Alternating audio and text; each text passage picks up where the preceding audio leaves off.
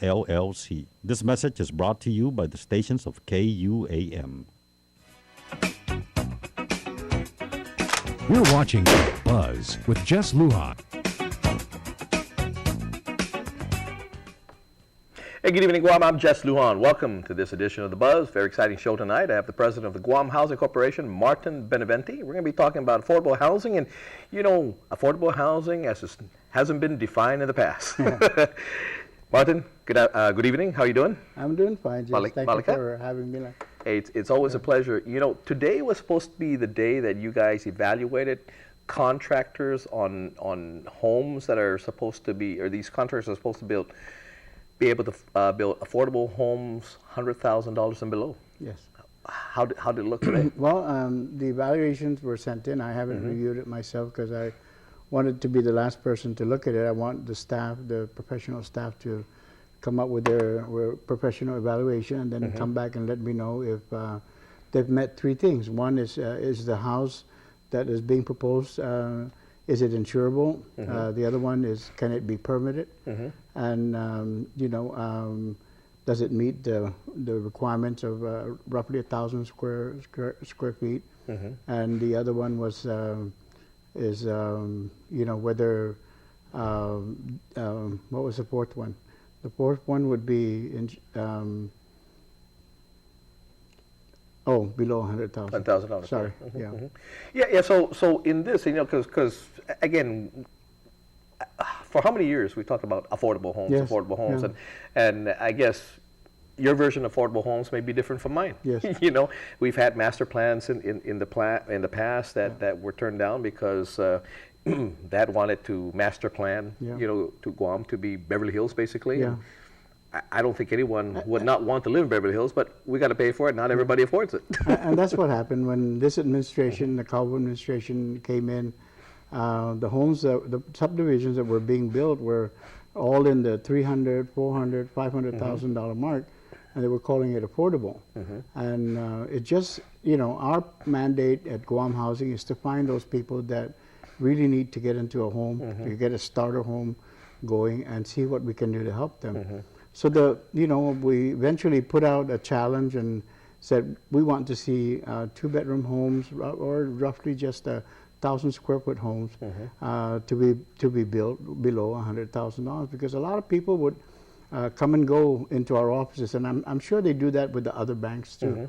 They come in and they don't hit the average home. When we got started with this game is runs between $150,000 to $250,000, which is what Guam Housing was financing before we started. Yeah. So afterwards, I said, we're missing a lot of people. A lot of people are just falling through the cracks, and that's why the governor wanted to find a way to help these people that are just unable to make it. So we first of all created the Housing Trust Fund. We funded the down payment, first-time homeowners down payment assistance program. We've helped over 200 families already get started in brand new homes with that fund. So the next thing to do is to fund, more. We need to increase our mortgage fund so that we can give more loans out to people. But we also wanted to target the people that are walking out of the banks, out of Guam Housing Corporation, because one part of our mandate is to finance homes to see if we can get them get smaller income people into homes that they can call theirs, to fill that Guamanian dream of owning our own home that the Governor Calvo had asked us to get going with. So we did all that, and then people that were coming into our office, our bank, and of course the other banks are walking out with an approval of 85, roughly an average of $80,000, $85,000. And they were still walking out very unhappy because they weren't meeting, their dream. They weren't able to walk out and say, I can get a house for 85, because they couldn't at that time. Sure.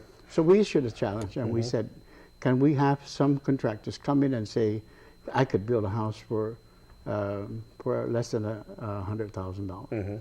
And challenge met, because in the end we came up with 5 contractors who said that they could build a home for less than $100,000. In fact, some of the, one or two of them even said they can go a lot lower, down to the $20,000 mark. And of course, you could, you know, there's other places here in Guam where you can get containers, you can convert into homes and stuff like that for a lot less than that. But that wasn't what we wanted to do, was fill the island with container-looking houses. Now, these homes, in speaking to you in the past, now these homes are supposedly the concept of the homes that if you build a home, so maybe even 20, 30, or even $40,000, that's affordable at that time. Now, as your income becomes better, your situation becomes better, you can add on to the home, right? That's right. You can harden the home even more, you can add on to it. So eventually, as time goes on and you get better, your financial situation becomes better, that home that once was 20, 30, 40 can now be 100 or, you know. And that's where that term starter home comes from. Sure. So starter homes are what we're offering here. We basically went to the Chamorro Land Trust people and says, you've got people that you're assigning properties to, residential properties, but they're not. We're not looking to see if we can build on it. So why don't we try to get these people to be eligible? So they've sent us a list of names so we can start working on. We've looked at some of those names. We're asking for more names to see how many we can qualify for the first 50 or so lots in Saginaw Lajan, because that place is already ready for building. Infrastructure's there, roads and power and sewer and water. So we're ready to build there immediately. The model homes that we're asking, so we offered Chamorro Land Trust, can we use some of that property that you have and see if we can build model homes. Eventually selling the model homes. And then, but we wanted people to come and see these homes, feel them, smell them, kick them, whatever they want to do with them, but at least they have an idea of what we're talking about.